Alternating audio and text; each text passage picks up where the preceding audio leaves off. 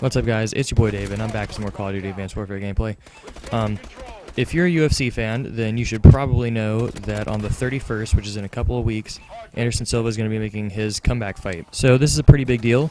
His last two fights, of course, he lost to Chris Weidman, but more in particular, his last fight when he did his leg kick. I'm sure if you're a sports fan, you should know this because all over social media, like ESPN, SportsCenter, all that, he did a leg kick, and Chris Weidman checked the kick, and his kick, like his leg, his shin bone, basically wrapped around Weidman's leg.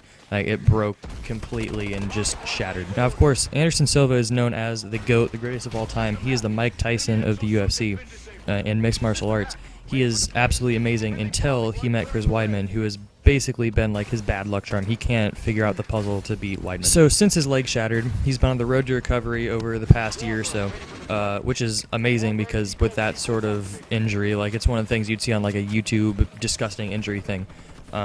With that sort of injury, it's a shocker to see that he's back, and I think it's like just over a year, and to be facing the person that he is. The person that he is fighting is Nick Diaz. If you're a UFC fan, I'm assuming you've seen him fight before. He's a pretty, like, he used to be a pretty household name, but then he went and he retired. So if you watch interviews of Nick and his brother Nate, I don't know if it's their mind frame or if there's like some sort of mental issue that goes on, but they're extremely, like, their fighting style is a scrapper, and that's like their mindset. Like, an example of this is in the middle of a fight, he might sit there and like flip his opponent off. Like one fight, I think it was against Carlos Condit. It was a pretty even fight. Like, it wasn't like he was getting manhandled or if he was doing the manhandling. He open hand slapped him a couple times and started talking trash. So I'm not sure what made him retire, like specifically. I'm not sure if he's told anybody. But from what I'm understanding from it, is he basically had like a little kid, like a fit basically, and he was having bad fights, wasn't winning, and he got just super mad. He's like, screw this, I'm not going to fight anymore. So I'm not sure how much training he has been doing while he's been retired. He has a younger brother named Nate who's in the lightweight division.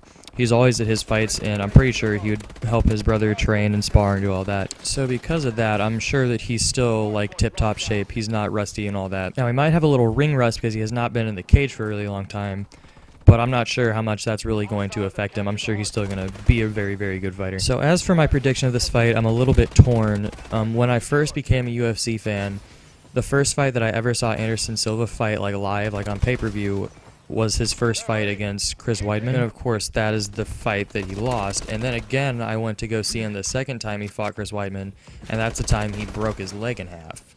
So I've never seen Anderson Silva, the GOAT, win a fight live. Now, don't get me wrong, I want to see Anderson Silva win. I'm not a very big Nick Diaz fan just because of the way he fights, and he's kind of disrespectful to the person that he does fight. But I don't think Anderson Silva is going to win this fight. So the analogy that I made is kind of good, but it doesn't really have the same like pain level as breaking your leg in half. But it's kind of like if your friend said, hey, let me shoot you with this BB gun. And you're like, okay, I've never been shot with a BB gun before. Let's see how much it hurts. And he shoots you, and you're like, oh my god, that really, really hurt. I never want to do that again.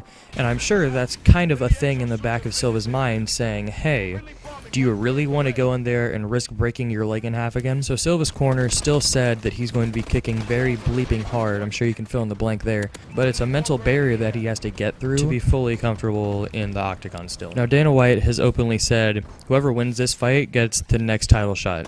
So it's kind of a thing to motivate and boost the guys to want to fight even harder and not be scared of anything. So that is it for today, guys. If you enjoyed, please leave a like and subscribe. If you have any questions or comments, or if you disagree with my prediction, feel free to put who you think will win and why. Thanks for watching, and have an amazing day.